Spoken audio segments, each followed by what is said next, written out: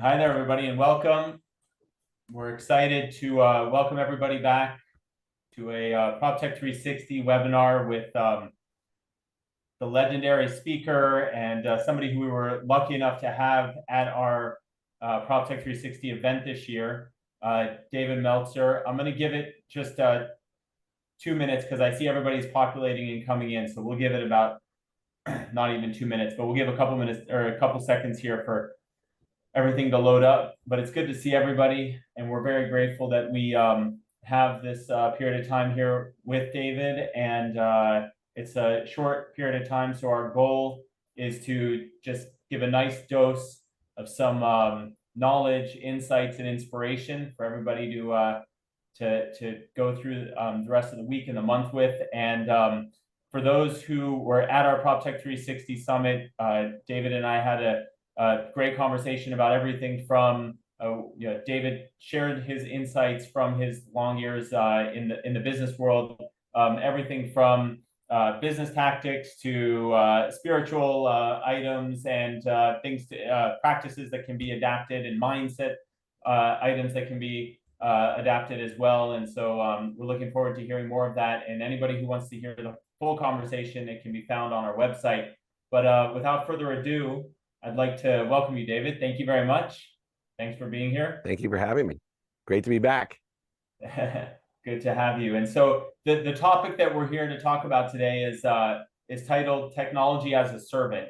And obviously that can go in many different directions, but I think that kind of what we set out to discuss when we were discussing, what topic might be valuable, both from where we are in the world, in the economy, and given the crowd of both real estate and technology. I guess just in terms of setting the context, we have an evolving business landscape here where on the one hand, you have lots of innovation going on. You also have a very challenging environment that people are operating under due to everything from political craziness to interest rates and all kinds of technology advances, and every day trying to keep up with everything. So I think that overall what we're going to try and discuss is how we can take all this evolving items and how we can use it as serving in a servant mindset, and how it can help with growth and success. So if I can just, get your thoughts, David, in general, when you hear servant mindset, or you hear how we can utilize technology as well as servant mindset, but maybe just we start with servant mindset. What comes to mind for you, and how do you view that idea and that focus of servant mindset? In three aspects. I look, number one, to be and have a mindset of being of service. You have to appreciate what you have. You have to add value to what you have. And that can be opportunities, options, touches, a favor, or actual material items, whatever it may be, relationship, situations. So the first step of a servant mindset is to appreciate what you have. The second is to acknowledge it. And we want to acquire the knowledge of what we have, experiences, relationships, business, whatever it may be. And the only way you can acquire knowledge or acknowledge what you have is to not have it anymore. And so the most obvious way is to give it away. And that would lend itself to a servant mindset, is I give away everything I have, give to receive. But there are elements of scarcity in just thinking the only way we can acquire the knowledge of what we have is to give it away, especially in real estate, because acknowledgement comes from losing it, having it stolen from us, manipulated from us, cheated from us, or just mistakenly lose it, whatever it may be. So I think it's important to understand in the servant mindset that acknowledgement comes from not having it anymore. And then finally, the most important mindset shift that most people think is counterintuitive to being a servant, it's asking for help, asking for more, basically confirming the value add mindset of a servant, not a zero-sum game of a master, where I give to receive, where I trade and negotiate everything, where there's winners and losers. You see, real estate's been around a long time for a very good reason, because it is the best example of that value add component where the buyer and the seller win. And there's several reasons indicative of regulations, laws, statutes, as well as just the asset that can be utilized in a variety of different manners. It's one of the few things I think that illustrates that servant mindset of appreciation, acknowledgement, and asking for more, confirming we have a value add industry, not a zero sum industry. Okay, thanks a lot. That's great. So first of all, I love the way you frame it. And when I think about, as it pertains to our business and how we are able to serve kind of, our wide range of customers. So from kind of an owner operator standpoint, you have different customers or partners that you need to serve, right? So you have your residents, you might have commercial tenants, you have investors and capital partners, and you have lenders. And so I think in listening to what you said, so a lot of it has to do with I like how you put it in, appreciation first and foremost. So when I think about our residents, so first and foremost, we have appreciation for the fact that they're there, the fact that they're with us, so on and so forth, acknowledging it, and then asking. And then so we not in those exact words because we hadn't had this conversation with you yet, but we kind of went through that process within our own business. And just as one example of what our property teams did, which was really kind of hit what you're talking about, is we went and we did so when we were doing a value add project at one of our communities, we renovated a playground, and instead of just leaving it as purely renovated, and I actually did a video on this because I was so excited that the team did it. They went the extra mile and they said, what, we're also going to do a big opening party for all the kids so that because they haven't had the playground for 2 months or whatever, and so now they're able to have this brand new playground. So I feel like those little acts, this isn't getting into technology yet, but when you talk about servant mindset, those types of little acts, I don't know if you have any others that kind of come to mind or things that people can do within their business, whether it's real estate or any other business, but that was just something that came to mind as you were speaking. Yeah, I think, here in America, we do a lot within the context of building planned communities. And when in that, also taking care of the schools, recreation, but also the homeless, as well as gentrification around the stadiums that I consult with that have been built in the billions of dollars. A lot of time, effort in a servant mindset has gone into how and what we do with the people that live there currently so that it becomes a win-win, that it through acknowledgement of having them lose their home, even though they lose their home in that project, what are we doing on the other side to give them value so that it becomes a win-win situation? And I think as a developer over the years, to have that mindset has created abundance, even though there may be an emotional loss or acknowledgement when we have these bigger projects. There's certainly a win-win aspect for the community, for all the children, for the schools, and these master planned type of opportunities have to have an abundant mindset, a servant-based mindset.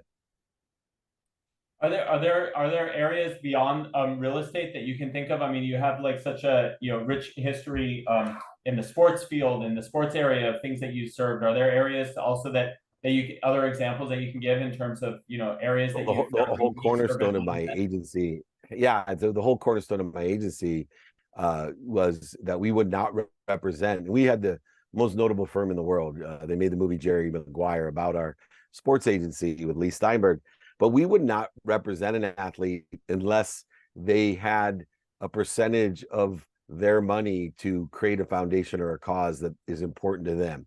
It wasn't just going through the motions. It was, hey, I'm a boxer. I couldn't afford tennis shoes. I used to have to wear cardboard in my shoes. So I have a foundation to give kids tennis shoes that can't afford shoes. So that, to me was, a very simple cornerstone. We also found, though, when you look in this value add world, that we learned lessons on who not to represent. So it was an immediate way to align ourselves with a young person that may not see the servant or have the servant mindset. And so it protected us. A lot of times we would lose clients because a client would say, no, man, I'm not giving anything back. This is my first contract. I may not ever get another one. Hey, terrific. Go somewhere else. And a lot of times we always see difficulties with those players as they mature. One that comes to mind is Plexico Burris, who was a wide receiver who we ended up firing because he refused to give back. And then months later, shot himself in the leg, got arrested for carrying an armed weapon without a license. So there's a lot of things you see when you have a mindset that's scarce compared to abundant. Yeah. Okay. Thanks. Are there other companies or examples of different entrepreneurs or companies just on the servant mindset before we get into technology that we should be kind of thinking of? There's a lot of companies now that I think go through the marketing motions of buy one and one goes to charity. I prefer companies that actually integrate the servant mindset into what they're doing. So they take a bigger global perspective of sustainability and how they actually operate, who they hire, where they source their materials from, which also applies to real estate as well. And there's multiple companies in America that have gone deeper into exactly how are we doing business. One is a company that's a water company recently with alkaline water that has, was in the military space, used their technology from spacecraft in order to facilitate a plug on to a normal faucet to create high quality water at a very inexpensive rate. So there's a lot of companies that are doing this, but the cheat for me is the companies are like, buy one pair of shoes and we'll give shoes to somebody else. I appreciate that, but I think we can do a lot more in how we hire, what source materials we have, and the end product and what impact it has on our society. I hear you, and I agree in a lot of ways. I think that what I love doing is looking at businesses that have developed over the years, and in every business there's good and bad. I think that's just the nature of the world, right? There's some negative consequences, and the question is whether the good does better than the bad. And so I think that there's so many companies that you can look at that, even though they can, people can argue about whether they were truly serving or serving themselves. If you look at them at the core, and definitely at a lot of the entrepreneurs, the founding entrepreneurs, they definitely approach everything with some sort of a servant mindset, that they were there to serve the customers, and those are the best companies that come out there that I've seen. So I mean, just as an example, one that I'm always thrilled about it is Walmart. So a lot of people have issues because they put a lot of the mom and pop stores out of business, but at the same time, they really came through with this idea that we are going to serve our customer, and they've done that in an amazing way. And now so many other retailers have kind of like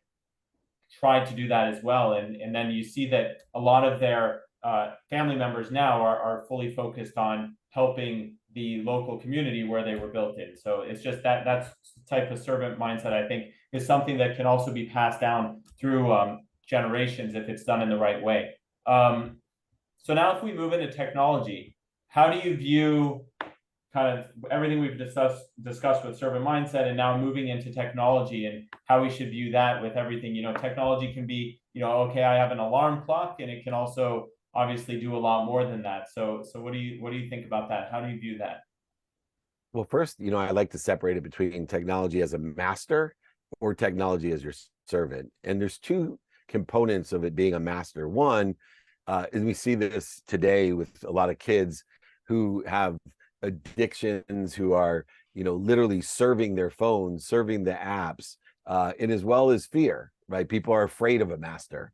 And so a lot of people either serve and, are literally, doing everything to that technology, or others are completely afraid of it, which is indicative of a master, right? Some people follow blindly, which I'm, for me, challenged with kids today. I don't want them to follow technology blindly. And then there's others that are afraid. Both create a chasm that we don't want. And so what I try to empower people with is technology is a servant. We should not follow it blindly, nor should we be afraid of it. We should utilize the capabilities of it in order to amplify our skills, our knowledge, and our desire. And so for me, utilization of, different technologies, there's a lot of, for example, in real estate, terrific SaaS solutions because of the antiquated workflows that have existed from, mortgage is an obvious one, right? When we have Rocket Mortgage and others that have just completely changed the face of financing residential properties and now commercial properties, to other SaaS solutions in restoration, the submission of claims, insurance. There's so many different areas that software as a servant. I don't call it software as a service. I call it software as a servant. I'm completely aligned with. And I think there's still a lot of great real estate entrepreneurs that have fallen away from just buying and selling and have gotten into the SaaS side of things by automating their knowledge of the process and the interference that has occurred over the last 30 years. The second area beyond software as a servant is AI as a servant. And I think that, real estate, there's a huge chasm between those that know how to utilize the data, because the efficiencies that can be created in real estate from AI and the way that it accumulates and analyzes data is extraordinary. Take an opportunity in America where, FHA loans, for example, in America are assumable. Well, with AI, I can locate all those loans and addresses and properties. And the reason being is that there's a shortage of places to live in America. Interest rates are high. FHA loans are usually first-time buyers who are looking to get to their next property. We can create a huge opportunity for ourselves by knowing who has an FHA loan at 2.5% interest.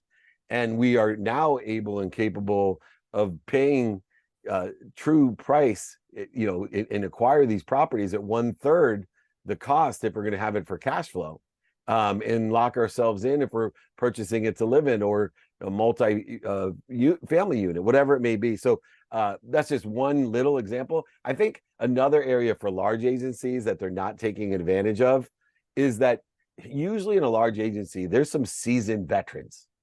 And those seasoned veterans know how to email people. They know what to say. There's subtleties in their responses and their solicitations. And that's what creates, this great difference between a new agent and a 35-year agent. They know exactly what to say.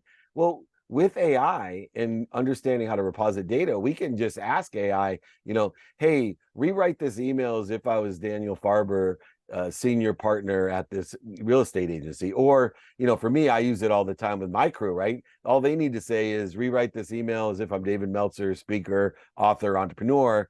And it's taking thousands and thousands of hours of data.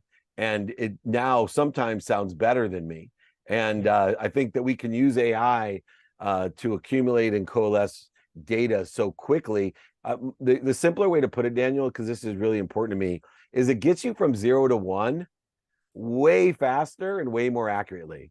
So all those things that it takes as a real estate professional to get from 0 to 1, and it'll take you there. Then you got to get from 1 to 99 with your person, your emotions, your intelligence, your grit and grind. But then it also, like we talked about in the contractor realm with SaaS and other things, AI and technology will get you from 99 to 100. That last step that usually takes a long time, it'll get you there again with statistical success and much more rapidly. And so understanding software as a servant is the key, and including AI as a servant as well. I really like what you said, and it's actually interesting because just the last several days we've had a discussion how we are going to start bringing ChatGPT-4 into our operations to study us, so that not just like, hey, I want to write an email, can you do that, but that it will actually learn all of our procedures, operations, all of that stuff. And so on the one hand, it'll help, obviously, like we'll start with marketing and see how it can learn our marketing systems and so on and so forth. But then once you get into operations and it actually learning your systems and the efficiencies that I think that we'll be able to find from that are really exciting. And obviously at the end of the day, all of that is to serve our end customer, whether that's our tenant or capital partners and so on and so forth. So that I definitely think that that's really interesting. And AI and the utilization of AI, as you discussed, is exciting, and how we can serve people better by leveraging that is very exciting. Definitely. Yeah, you can find, all properties are public, right? So you can literally now, whether they're for sale or not, and you and I both know the real money's made from what's not on sale right now, but be able to say, find me a property at this zip code that meets this criteria, and it will list every single property that has 3-bedroom, 2-bath, 2 stories, a backyard, and a pool and a view like this. And you'll have properties that are for sale and not for sale listed immediately. Yeah, yeah, that's great. So this is great, and obviously we can go on for hours, but we have a short window here. We also want to be mindful of everybody's time. We have some questions that were brought from the audience, and I want to make sure that any other questions we get also. So anybody who has a question, feel free to drop it here. But I have some questions that were sent in early, so I'm going to kind of run through some of those so we can try and get to as much as we can. So can you provide examples of successful startups that have effectively combined innovative technology with a servant mindset to disrupt traditional industries? Oh, well, look at all of, yeah, I mean, look at all of Elon Musk's companies. So those are all exactly that. And from, companies like Uber, every gig economy side, DoorDash, believe it or not, the water company that I talked about. But in the real estate space, I truly believe, Rocket Mortgage, who's owned by, my sports friend there in Detroit, has done a lot in that essence. Zillow as well has done a lot in America. I don't know in Israel how far they've come, but there's so many different companies. Even today, if you look at Apple, and I talk about not just the hardware side of what they've done, but in the AI side, in the virtual side, and you'll find out in the finance side, they're leading the way in technology financing. And because of it, the efficiencies that they create allow them to give security to your money and a higher return on your money for just sitting there. And so, some of these different companies you may think as of, in one respect, but there's also some marketplace companies that are really leading the way in every industry. So it's not just, for example, the Zillows of the world, but if you look at, the digital like Verb technologies on the NASDAQ, where they're creating an integrated marketplace so that as we're talking here and we mentioned a certain product or property, we could link what we're saying directly to purchasing it, let alone gathering information for it. So there's a lot of different examples today. You can look everyone, but the leaders are mostly the bigger companies that we know of because they're so involved in so many different areas. So whether it's, Elon or Gates or, Apple, you're going to see they're in so many different places. They were built on technology as a servant, and now they have created a huge gap of what they're able to do in all industries. Sure. I mean, and obviously Jeff Bezos and Amazon is one that's known as always being. Well, that's talk about marketplace. Yeah, I missed the biggest one. Yeah, that's probably. I mean, I'm not sure anyone in the next 20 years will surpass what Jeff Bezos has done to change the world.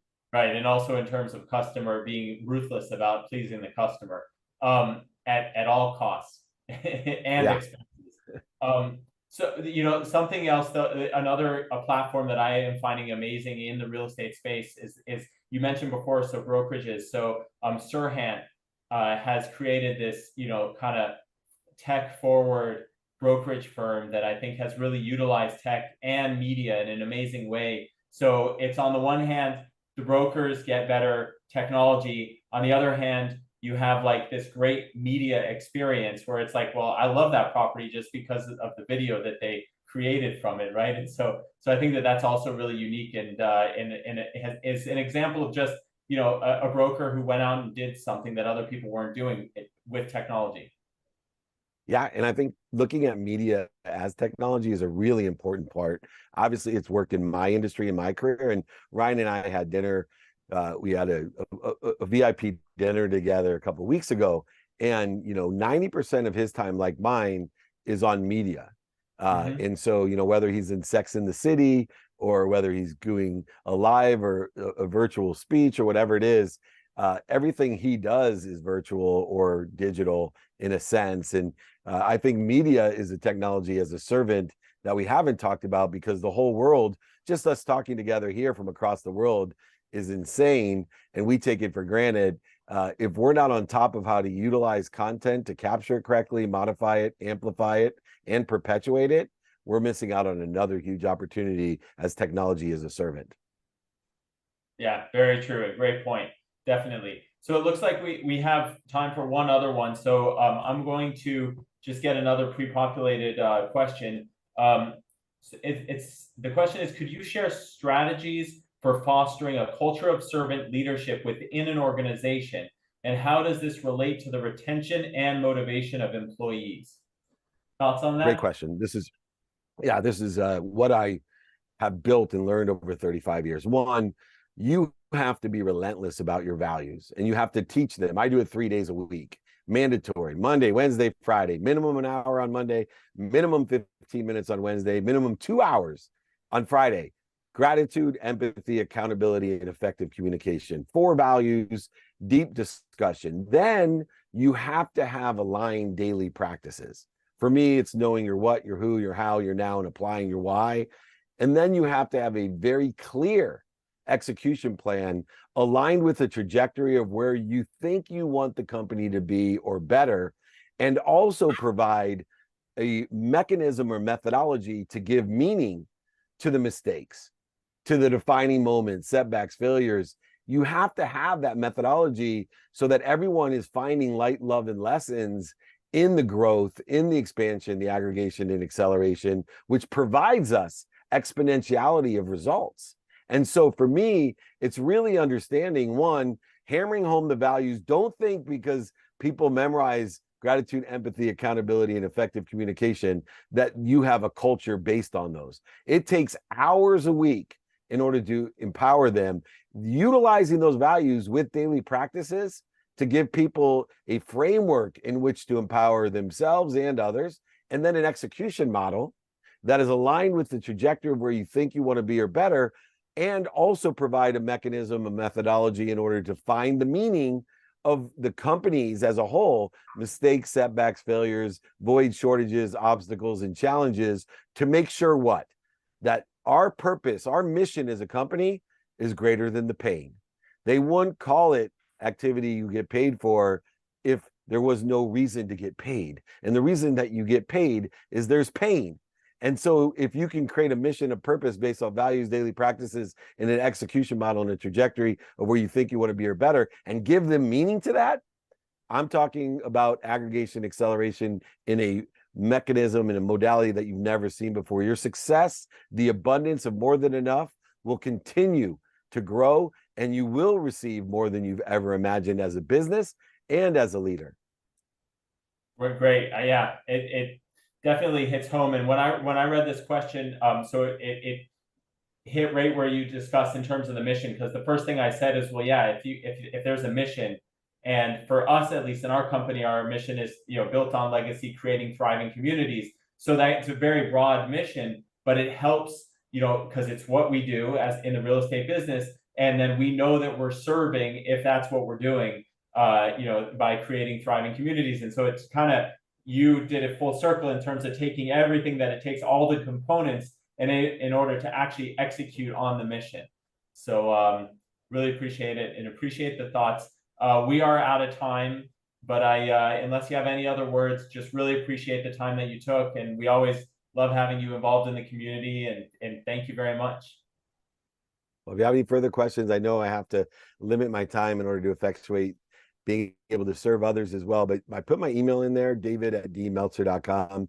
I am of service or value. I'll be happy to send you the practices, values, any guides that I have for free for your community, david@dmeltzer.com. Thank you, Daniel. Say hi to your wife for me and everybody else that I got to meet last trip, and let's plan a new trip where I can get back out there.